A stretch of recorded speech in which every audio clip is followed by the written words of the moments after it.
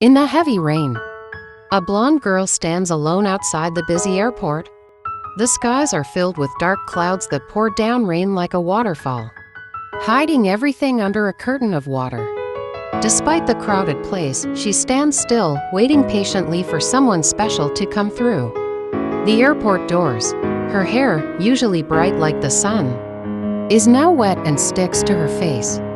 Water drips off her jacket and splashes into the puddles that have gathered at her feet. In these puddles, the lights from the airport twinkle like faraway stars that have come down to earth. Brought closer by her hopeful waiting, around her, people rush by with their own stories. But she is like a fixed point, her eyes never leaving the opening and closing doors. The air is cold and makes her face rosy with the chill. But inside her heart there is a fire of hope burning.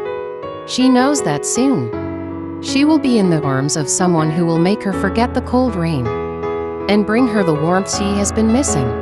Every drop of rain that falls seems to be counting down the seconds until she can see the person she is waiting for.